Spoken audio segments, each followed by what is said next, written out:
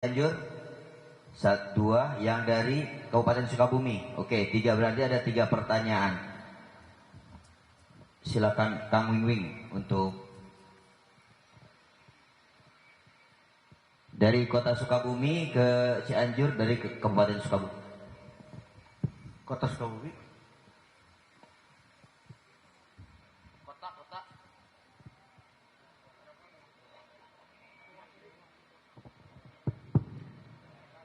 Assalamualaikum warahmatullahi wabarakatuh.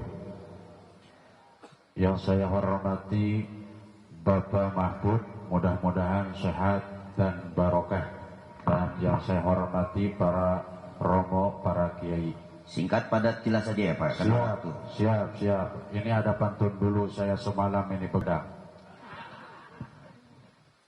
Kaos Banjar merek put, cocok Raden obat pel kita. Pasangan Pak Ganjar Pak Mahfud cocok menjadi presiden kita. Yang saya ingin tanyakan, apakah bisa Wapres mengintervensi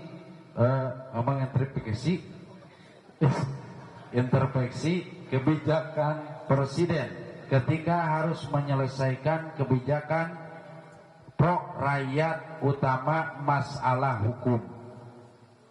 Terima kasih. Wallahu muwaffiq ila aqwamit thoriq. Wassalamualaikum warahmatullahi wabarakatuh. Baik. Saya luruskan, menintrospeksi kebijakan presiden gitu ya. Mengintervensi. Oh, intervensi. Oke.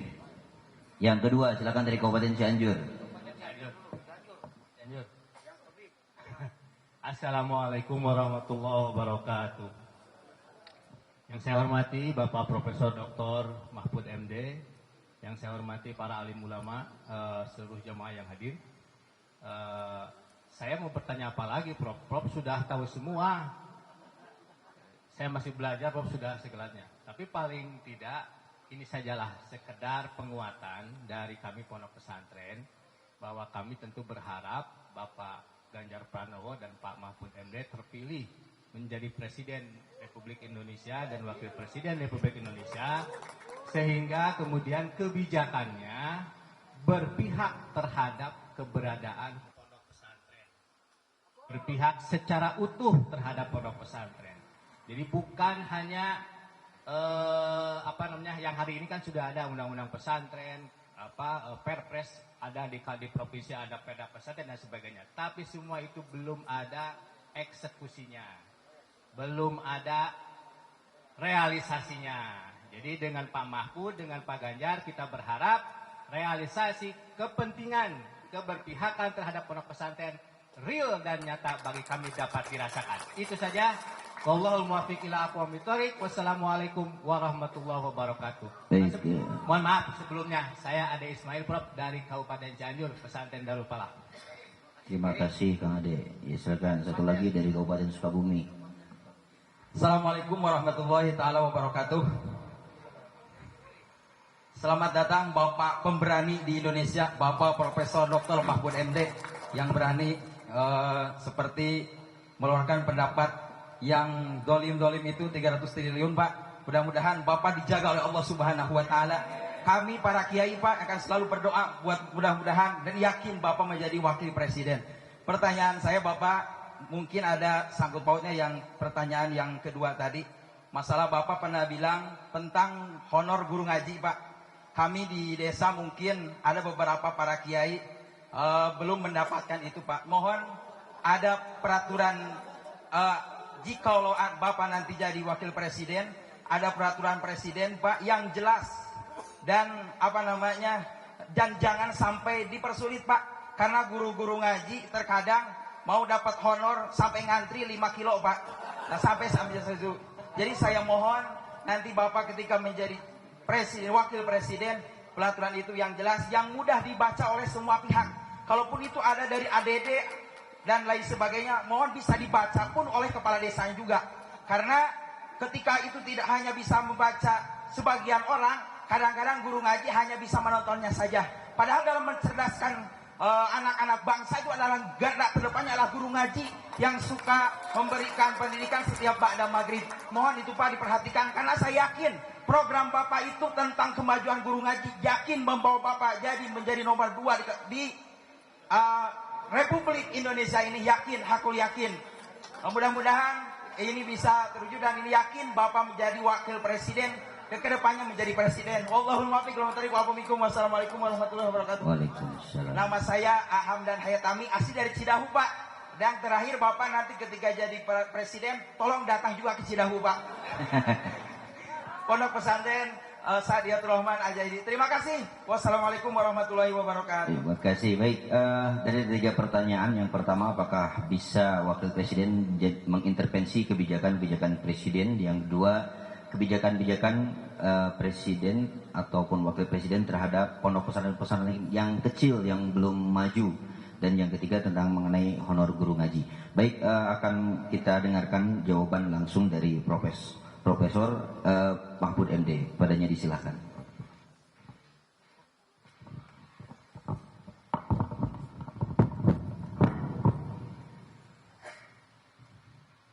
Yang dari kota Sukabumi siapa namanya tadi?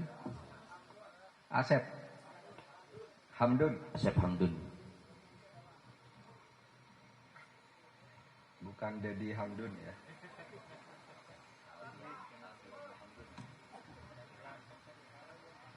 Baik, Bapak Asep Hamdun dari Sukabumi, kemudian Bapak Adi Ismail dari Cianjur, kemudian Bapak Mahamdani dari Cidahu, Kabupaten Sukabumi. 3 kabupaten. Dan dari pesantren-pesantrennya. Apa bisa Wapres itu mengintervensi kebijakan Presiden? Tidak bisa, tidak boleh. Presiden itu punya kebijakan sebagai Presiden. Dan kebijakan itu tentu semua kebijakan yang sah. Kebijakan itu kan pilihan alternatif apa yang dilakukan. Nah, itu tidak boleh diintervensi oleh Wakil Presiden. Tetapi Wakil Presiden itu boleh diberi tugas atau minta tugas untuk melaksanakan kebijakan itu secara khusus. Misalnya dulu Pak Yusuf Kalla itu khusus masalah ekonomi dia semua yang nyelesain. Bapak Umar Wirahadi Kusuma, Wapres dari Jawa Barat dulu, dia menjadi wakil presiden dengan tugas menangani masalah wasbang, pengawasan pembangunan. Jadi bisa presiden, kebijakannya tetap presiden, lalu kamu saya tugasin ini, kerjakan, kalau ada sesuatu konsultasikan dengan saya. Bisa, jadi Presiden itu efektif. Loh Pak, Presiden itu kan memang menjadi cadangan karena pembantu Presiden. Enggak.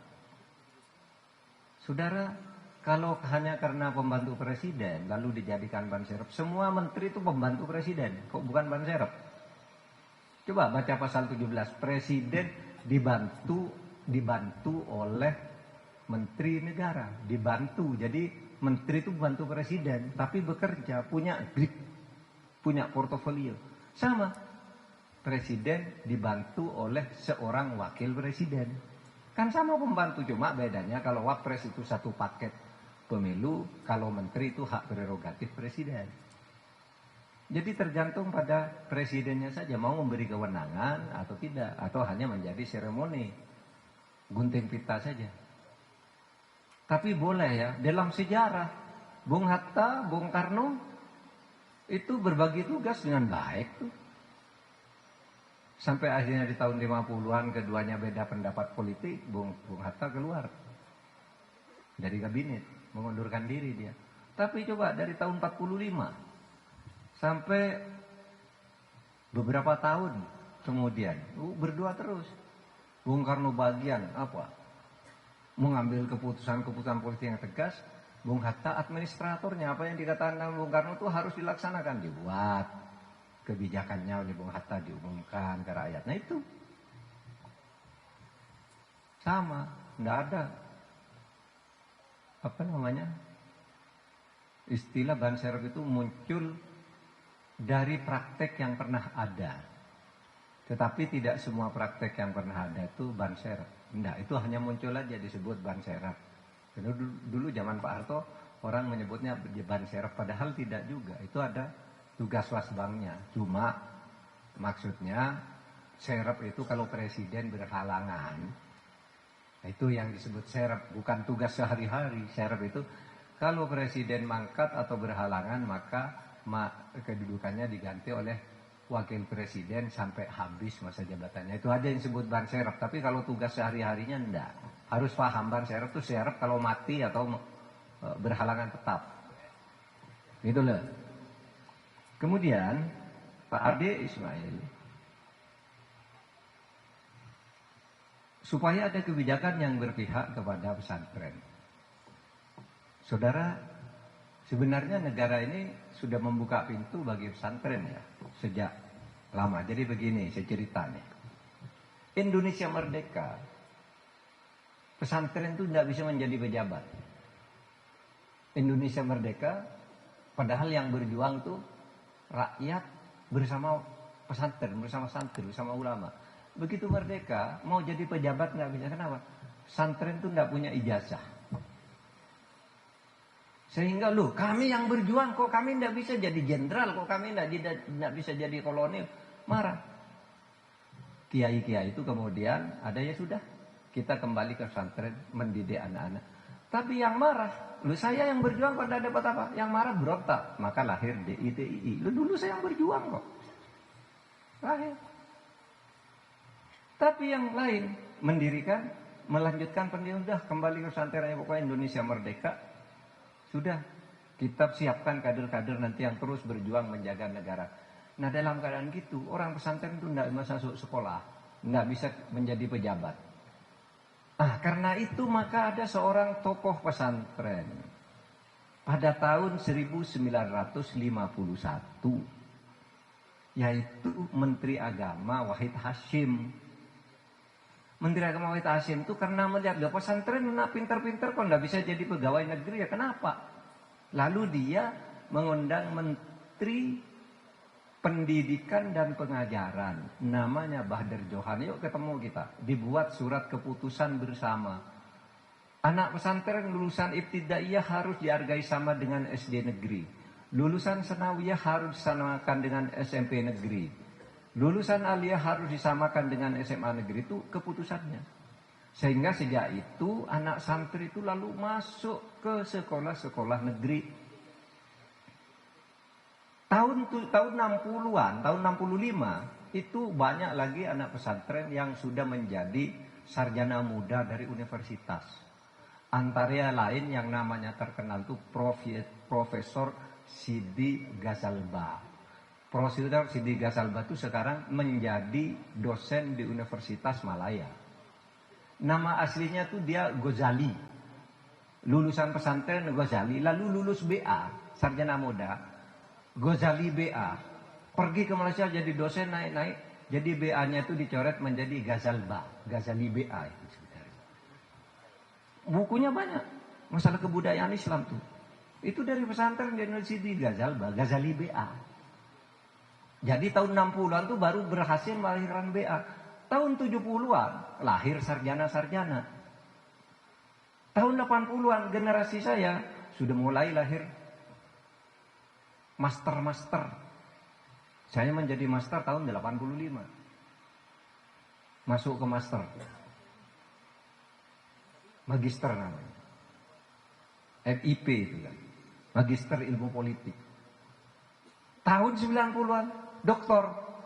Nah orang yang pada tahun 70-an itu masuk sudah boleh menjadi pegawai negeri dari pesantren itu terus naik pelan-pelan sampai akhirnya di tahun 90 itu sudah duduk di eselon 1 dan 2. Nah disitulah pesantren itu udah masuk ke kantor-kantor pemerintah. Lalu di sana mendirikan masjid taklim, bertemu sesama Islam, mendirikan masjid taklim, pengajian tiap Rabu, pengajian tiap malam Jumat. Kemudian mereka ada yang kemudian jadi menteri, mendirikan masjid.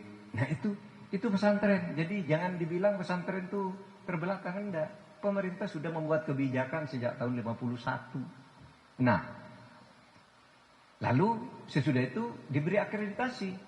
pesantren kamu boleh mendirikan MIN, Madrasah Ibtidaiyah Negeri, boleh mendirikan Madrasah Sanawiyah Negeri, MTSN di pesantren tuh. Boleh, kalau tidak mendirikan negeri, swasta, tapi nanti ijazahnya disamakan sama. Itu orang yang hebat. Seperti siapa? Saiful Mujani itu ya, yang ahli riset itu, yang ahli survei itu, tokoh survei pertama di Indonesia kan Saiful Mujani. Itu lulusan pondok pesantren Matlaul Anwar. Sekarang jadi profesor. Jadi pesantren itu udah punya pintu untuk masuk. Nah, kemudian, saudara, kebijakan pemerintah yang lain membuat undang-undang pesantren, membuat hari santri. Itu semua perjuangan dari waktu-waktu berjalan. Nah, ke depannya kita tambah lagi. Guru-guru di pesantren itu digaji. Gitu. Jadi dari waktu ke waktu tambah. Saya bilang begini loh, saya ini lulusan madrasah. Jadi pejabat tinggi, gajinya besar. Masa yang guru saya, guru madrasah itu nggak digaji? Kan gitu aja pikirannya. Oh, mereka itu sudah mendidik orang banyak jadi orang hebat-hebat. Ya kita carikanlah dana. Pak, aturannya enggak begitu. Aturannya bisa diubah. Kan bilang, Pak, itu ada dana pesantren 1,28 triliun dana abadinya. Tapi itu hanya boleh dipakai oleh orang yang bisa berbahasa Inggris. Bisa diubah, boleh dipakai oleh yang berbahasa Arab. Kenapa memang? Kan boleh. Peraturan kan bisa kita ubah. Yang berbahasa Arab kalau dari pesantren. Itu kan pikirannya ketika orang mau nyekolahkan ke Eropa dan Amerika. Kalau mau ke Timur Tengah kan bahasa Arab syaratnya. Peraturan itu kan kesepakatan.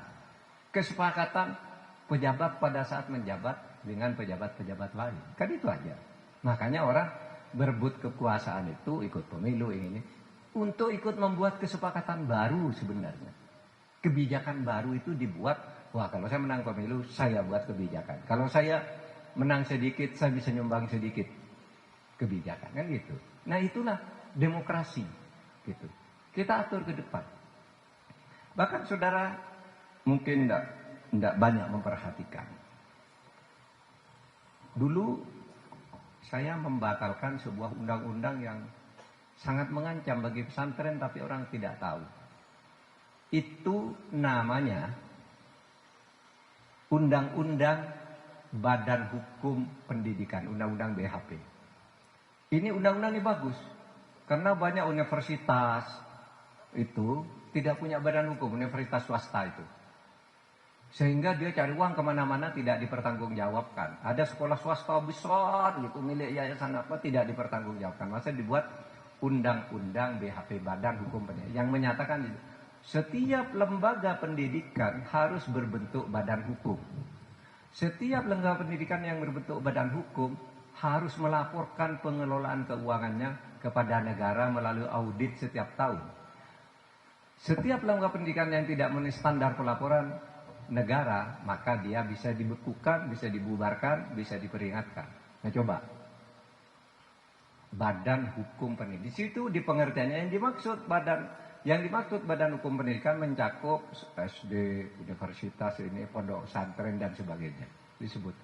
Saudara, wah ini bagus kata orang. Iya bagus. Tapi saudara tahu enggak bahwa pesantren-pesantren itu tidak punya pembukuan keuangan pada umumnya. Karena apa? Biasanya itu uang pribadi dibangun, bukan milik institusi. Saya jadi kiai misalnya, ya, datang ke sini. Lalu ada orang mau nyumbang misalnya kepada Kiai Ujang, misalnya, Pak, saya tuh pesantrennya belum jadi ini, saya sumbang semen 5.000 sak gitu. Kan tidak ada bukunya. Langsung semuanya jadi. Lalu kalau diperiksa ditanya oleh negara, mana kamu kok bisa punya ini? Tidak ada yang dikasih. Ini sedekah. Ada orang salaman ngasih bisyarah nih. Lalu dibuat kamar mandi.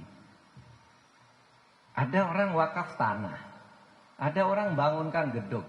Itu tidak ada pembukuannya. Lah kalau begitu menurut undang-undang BHP, itu pesantren harus dibekukan, tidak boleh beroperasi karena tidak ada pembukuannya yang dipertanggungjawabkan menggunakan uang masyarakat. Nah ada undang-undang begitu, Orang senang semua, saya bawa ke MK, di MK orang-orang gugat dari Pekalongan tuh. Langsung saya batalkan undang-undang ini sampai sekarang. Kenapa? Saya ini orang pesantren, tahu bahwa pesantren itu tidak pakai pembukuan, tidak pakai akuntan. Karena basic kekayaannya itu dari sedekah, wakaf. Kalau wakaf sih bisa sekarang udah bisa dibukukan. Tapi orang per orang itu datang ke rumah, lalu sholat di musolanya. Pejabat atau orang kaya ini merasa tuh kok tempat wudhunya jelek ya, lalu mengembang, tolong tuh diperbaiki tempat wudhu. Tidak ada pembukuannya, pejabatnya yang bayar. Masa mau dibubarkan karena tidak dibukukan? Nggak bisa. Sehingga undang-undang itu saya batalkan. Dan selamat tuh pesantren. Kalau tidak diteliti tuh satu-satu pesantren itu mana kekayaannya, dari mana aja. Lalu dituduh korupsi nanti kiainya. Iya kan? Uang dari mana itu kamu? Korupsi. Kan gitu. Kok tidak dibukukan? Saya katakan tidak bisa. Pesantren tidak boleh diperlakukan begitu. Karena saya dulu punya di pesantren ya ikut makan ke rumah kiai. Kalau orang sudah datang bawa oleh-oleh ke kiai ngasih uang gitu. Kan tidak boleh pesantren itu diperlakukan seperti itu. Yang terakhir, yang ketiga, Pak Aan Hamdani Cidahu. Pak Hamdan ya, Pak Aan Hamdan. Baik, saya akan jelaskan dulu. Tadi nyebut Bapak berani itu membongkar kasut 349 triliun. Tapi sekarang ini di musim kampanye itu ada saja orang usil, Pak Mahfud tuh bohong, 349 triliun tidak ada kabarnya, cuma bertengkar di DPR lalu bubar. Enggak, ini berjalan. Waktu di DPR, ingat kan waktu di DPR tidak percaya, Menteri Keuangan bilang tidak. Saya pertemukan adu data, cocok, betul, ada 349 triliun pencucian uang, betul. Lalu disuruh selesai. Kalau gitu DPR tidak akan membentuk pansus, serahkan ke Menko Polhukam untuk menyelesaikan. Nah, saudara, ini berjalan. 349 triliun itu adalah pemberitahuan melalui 300 surat. Artinya kalau dirata-ratakan di situ kan 1,5 triliun kira-kira. Kalau dirata-ratakan di surat itu. Nah, 300 surat ini kan tidak bisa diselesaikan sekaligus. Tempatnya berpencar-pencar. Jadi itu diselesaikannya, ada yang diselesaikan KPK, itu sudah 26 triliun. Ada yang diselesaikan kejaksaan, itu sudah 40 sekian triliun. Ada yang si Rafael Alun, itu kan sudah ditangkap orangnya. Kok dibilang tidak ada tindak lanjut? Rafael Alun sudah ditangkap, Angin Prayitno sudah ditangkap, Gayus sudah ditindak lebih dulu. Itu semua tuh bagian dari tindak pencucian uang itu. Jadi sampai sekarang ini berjalan. Dan sekarang yang sedang berjalan itu yang 189 triliun yang dilakukan oleh seorang pengusaha bernama SB. 189 triliun pencucian uang. Sekarang kita bidik menjadi tersangka dari kasus ini. Jadi tidak ada yang berhenti. Itu berjalan. Ini kalau ada wartawan, tulis. Itu berjalan 349 triliun itu.